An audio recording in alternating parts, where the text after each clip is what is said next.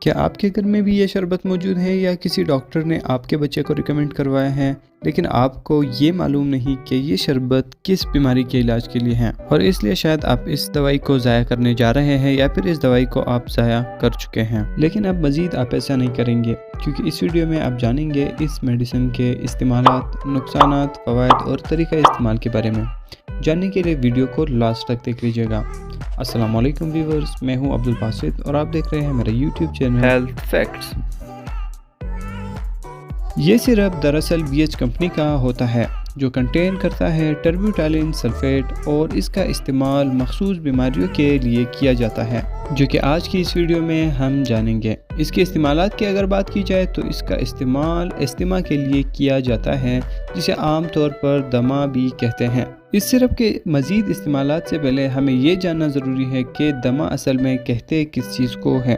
دمہ یا استما لنگز کی ایک اس طرح کی بیماری ہے جس کے ہو جانے سے کھانسی، سانس لینے میں تکلیف اور پھیپھڑوں میں سخت درد کا ہونا شامل ہوتا ہے، اور اس کے علاج کے لیے بریٹنل سرپ بہت ہی اہم کردار ادا کرتا ہے۔ اس سرپ کا استعمال صرف استما کو ٹریٹ کرنے کے لیے نہیں کیا جاتا بلکہ فیوچر میں استما کے اٹیک سے بچنے کے لیے بھی اس سرپ کا استعمال کیا جاتا ہے۔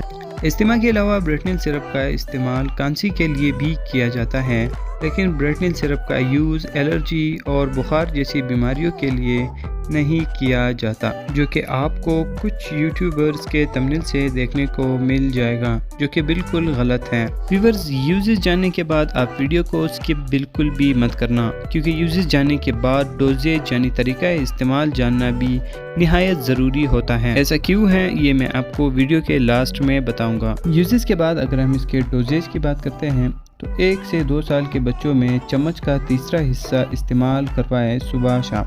3 سے 5 سال کے بچوں میں آدھا چمچ صبح شام یوز کروائیں۔ 6 سے 12 سال کے بچوں میں 1 چمچ صبح اور 1 چمچ شام کو استعمال کروائیں، جبکہ 12 سال سے لے کر بالغ ہونے تک 1 چمچ 3 ٹائم استعمال کرائیں۔ اب میں بتاتا ہوں کہ ڈوزیج کا یوز کیوں ضروری ہے، کیونکہ اس سرپ میں موجود ٹربیوٹالین سلفیٹ کا تعلق میڈیسن کے ہیوی گروپ سے ہوتا ہے، اور اس لیے اس کا زیادہ استعمال آپ کے بچے پہ برا اثر کر سکتا ہے، اس لیے ڈوزیج جاننا بہت زیادہ اہم ہوتا ہے۔ سب سے آخر میں اگر ہم اس کے سائیڈ ایفیکٹس کی بات کرتے ہیں تو بریٹنل سرپ پریگننسی میں بھی سیف ہے، لیکن پھر بھی اس کے کچھ سائیڈ ایفیکٹس ہوتے ہیں جو کہ 10 میں سے صرف 1 انسان کو ہوتے ہیں، جس میں سر کا درد اور سر کا چکرانا وغیرہ شامل ہوتا ہے۔ اور اسی کے ساتھ میری آج کی ویڈیو ہوتی ہے کمپلیٹ۔ اگر چینل پر نئے ہیں تو ویڈیو کو لائک اور شیئر کر کے چینل کو سبسکرائب کر کے بیل آئیکن ہٹ کریں۔ پھر ملوں گا آپ کے ساتھ ایک نئی انٹرسٹنگ اور انفارمیٹیو ویڈیو کے ساتھ، تب تک کے لیے مجھے اجازت دیجیے۔ اللہ حافظ۔